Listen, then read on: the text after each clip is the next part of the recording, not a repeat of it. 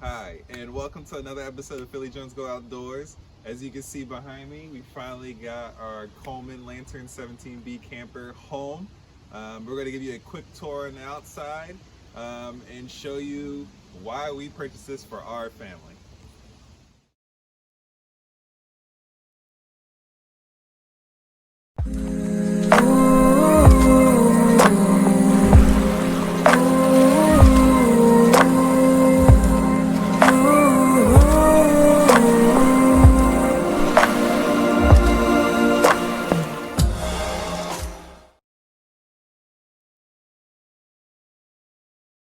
Alright, so first we're going to start with the tour of our outside of our camper.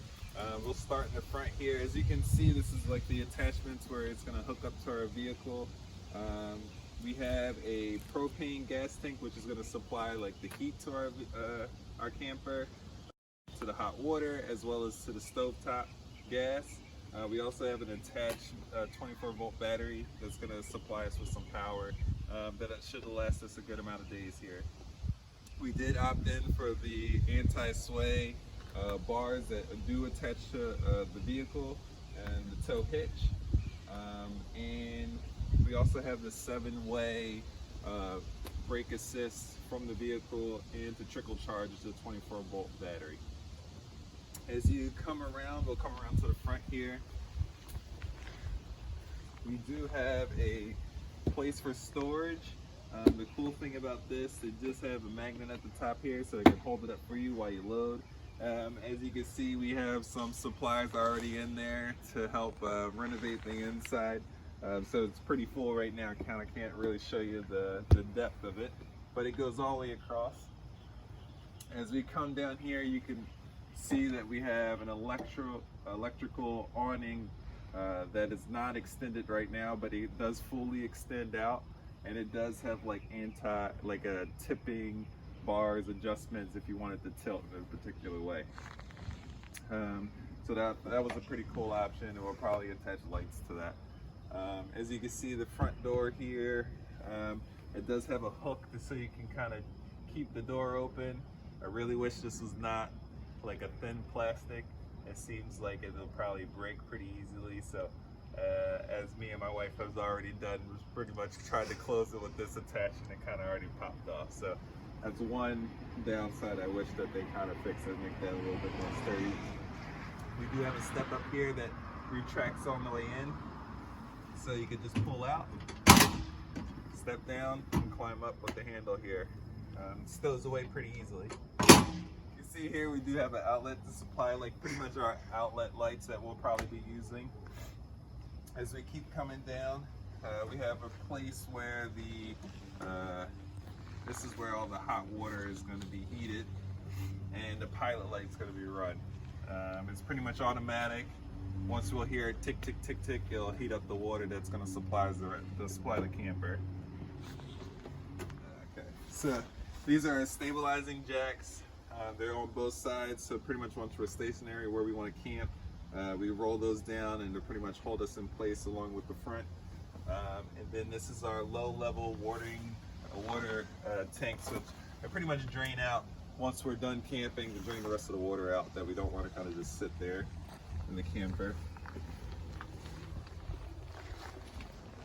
As you can come to the back here, we have a back bumper.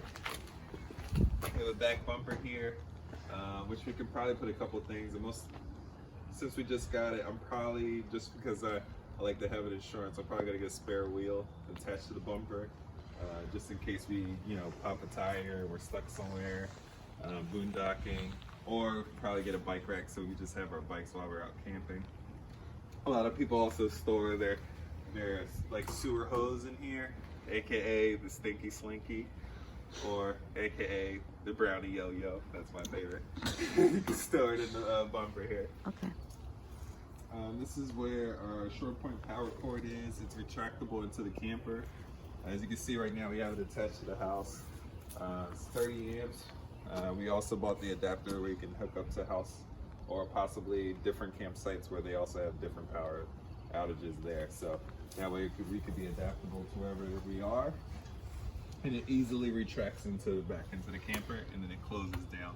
even when you have it out, it has a little slot here where it can go over the cord and it snaps in. Down here, you can see the other stabilizing jack. We also have the gray tank and black tank.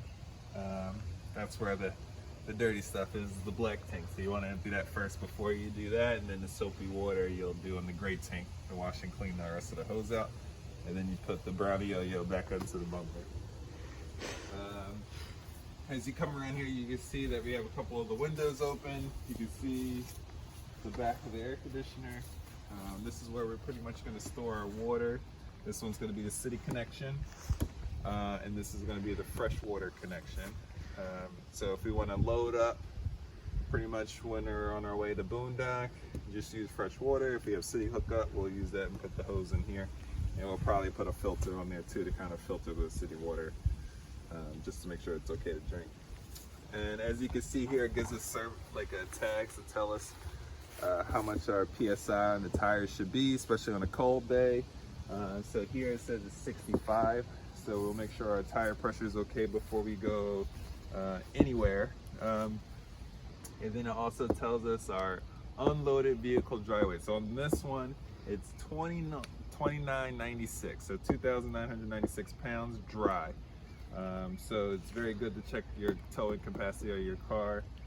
With ours, it's 6,200, so this is well within our towing capacity, even fully loaded. So I would roughly add another 1,000 pounds, so it'd be like 3996 fully loaded, plus ready to go, and we should be fine.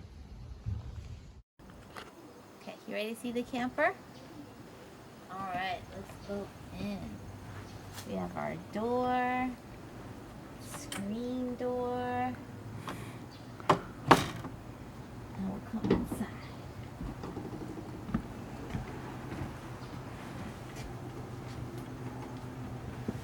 We have our short queen mattress here.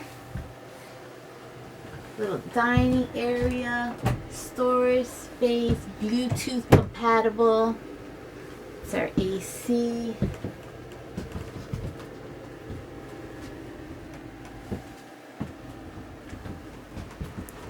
Packs a lot of stuff in a little frame. So here we have more storage. Our range. Coolest features, our little fireplace that's actually warming everything up right now before we paint. All of our drawer space. It's a pretty good size refrigerator for how small the RV is. We have our bathroom.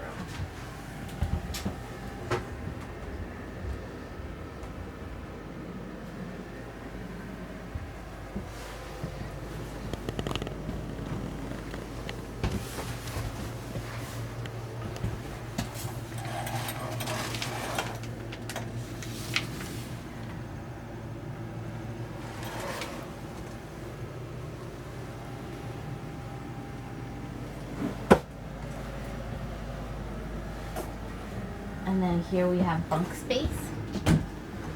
The baby already claimed his bed.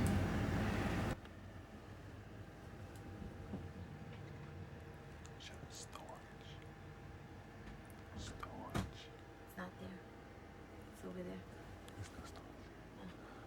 That was in the other one.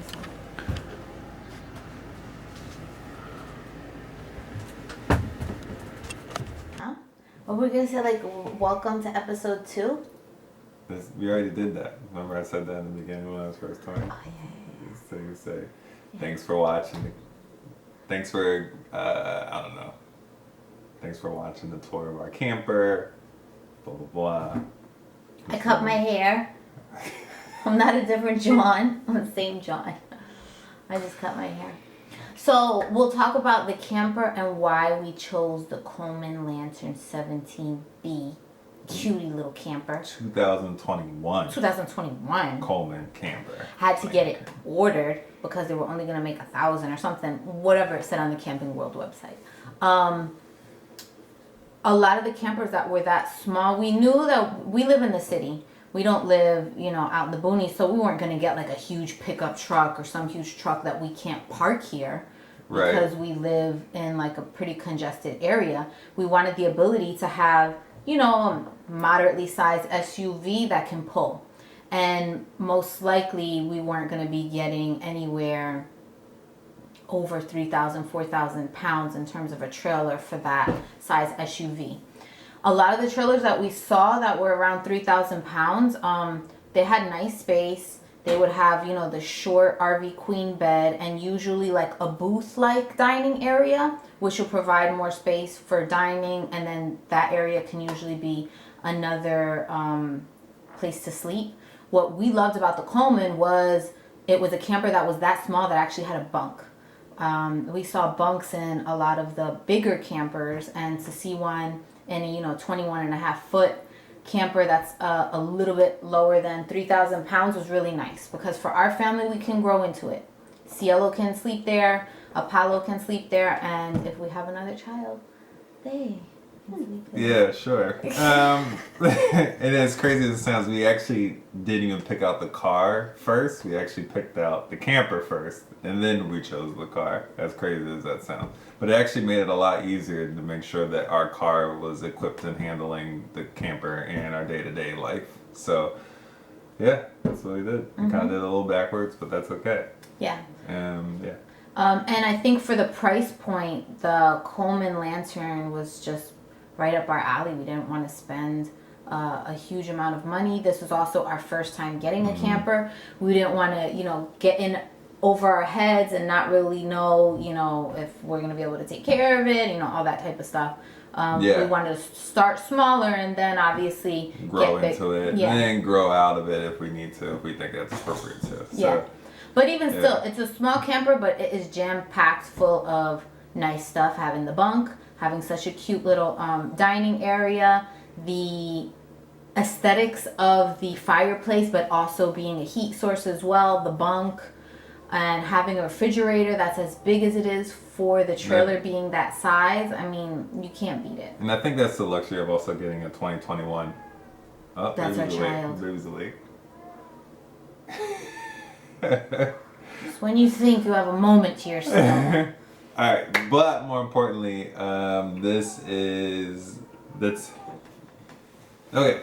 So now, sorry for the interruption, but now we get to talk about what we're gonna do with customization of the camper, like making it personal in our own. Super excited. So, I already had bought everything pretty much for what we were gonna do. It was more just picking out what color I wanted the cabinet to be. I already know there's gonna be wallpaper. We're gonna paint it white. We love the stock look, is super nice and it's very pretty, but we want to make it a little bit lighter, brighter, and more our vibe. Exactly. So with that being said, we have a lot of work to do in a short period of time. Ken works in a hospital, is a PA in trauma. I also work in a hospital. I'm a physical therapist. And he doesn't get very many weekends off. So we have a little chunk of time. We're going to try and get it done in a week. So let's see if we can make that happen. Yeah. So it's like literally cramming what we probably should do in 2 months in 5 straight days. We can do it. We can do it. We've done it before. Yeah, I feel like it's always the people that are the busiest and the least amount of time in their schedule usually get it done in that time. So this is what you have no choice. Yeah. So we'll be coming back to you guys with the customized look of the camper, hoping to get it done in about 7 or 8 days. And we will break down for you the stuff that we use, kind of what our style was and all that type of jazz. Yep. All right. Till next time. We out.